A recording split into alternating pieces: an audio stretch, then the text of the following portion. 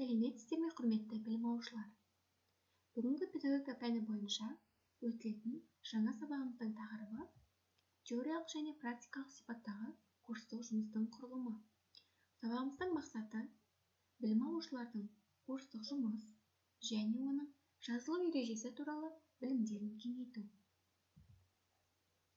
Курстық жұмыстың негізгі бөлімі туралы айтылатын болсақ, жұмыстың негізгі бөлімінде зерттеудің әдістемесі және техникасы толық қарастырылады. Сондай-ақ нәтижелері баяндалады.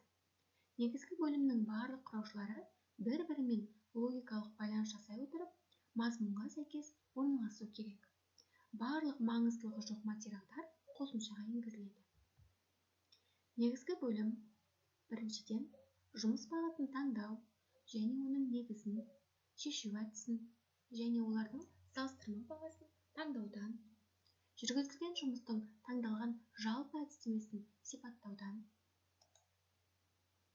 Екіншіден, теориялық және жобалық зерттеу рәсімі, теориялық зерттеу мазмұны мен сипаттамасын, есептеу әдістерін қоса, жобалық жұмысты жүргізудің қажеттілігін негіздеу, жасалған сызбалардың жұмыс жасау принциптерінен, олардың сипаттамасынан. Үшіншіден, жұмыстың нәтижелерін және жұмыстың әрі қарайғы бағыты бойынша ұсыныстарды жалпылау және бағалаудан, сенімді алынған нәтижелерді бағалау және оларды отандық, шетелдік жұмыстардың нәтижелерімен аналогтық салыстыруынан тұрады.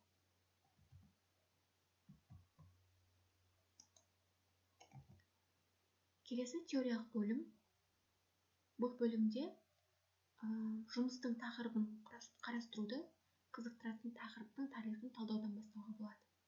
Зерттелетін проблеманың даму және қалыптасуының тарихи ерекшеліктері жұмыстың деңгейін тек ұлғайтады және толықтырып отырады.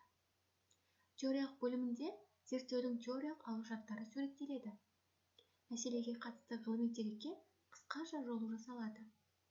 Жұмыста қолданылатын терминдерге анықтама беріліп, ғылыми деректің талдауы негізінде зерттеудің зерделенген деңгейі дәлелденеді. Зерттелетін көзқарас мәселесіне қатысты сынды талдау жасалады. Осы айтылған көзқарастарға деген өзінің пікірін дәлелдейді. Сол негізде қандай да бір ғылыми гипотеза ұсынылады. Негізгі бөлімнің тарауларының мазмұны жұмыс тақырыбымен толық сәйкес болуы керек және оны толығымен аша білу қажет. Мазмұны зерттеушінің жинақталған материалды қысқаша, қисынды, аргументті, айқын, анық баяндау білетіндігін көрсетуі керек. Теориялық бөлімге енгізілетін мәліметтерге келетін болсақ, ең алдымен тақырып бойынша әдебиеттерге шолу, мәселе тарихы. Екіншіден, зерттеуді қолданған ғылымдардың еңбектеріне сілтеме жасау. Үшіншіден, зерттеу керек мәселені негіздеу. Төртіншіден, міндеттерді орындау үшін қолданылған зерттеу әдістері. Бесінші, өткізілген эксперимент. Келесі бізде зерттеушінің өз зерттеуі, оның мәселені шешуге қосқан үлесі, сондай-ақ жаңалығы. Сондай-ақ, зерттеу нәтижелерінің ақиқаттығы, отандық және шетелдік ғылыми зерттеу жұмыстарының нәтижелерімен салыстыра отыру керек. Келесі кезекте практикалық бөлік туралы айтылатын болсақ, бұл бөлікте өткізілген зерттеудің сипаттамасы, алынған ақпараттардың талдауы көрсетіледі. Материалдың баяндама жағына аса көңіл аудару қажет.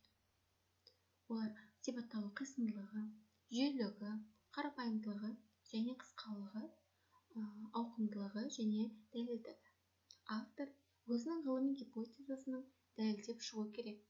Өткізілген зерттеуден алынған нәтижелерді тәжірибеде қолдану мүмкіншілігін жинақтап қорытады.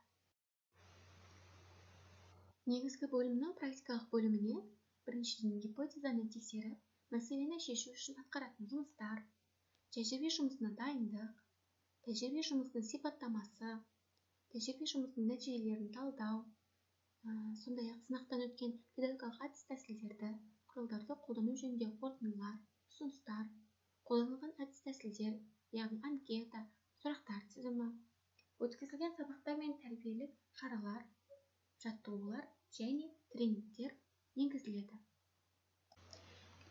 Үйге берілетін тапсырма.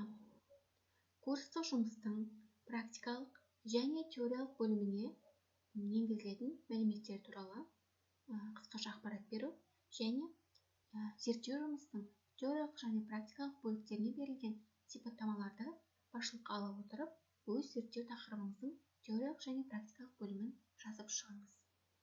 Осымен бүгінгі біздің сабағымыз аяқталды. Сау саламатта болыңыздар, күндеріңіз сәтті өтсін.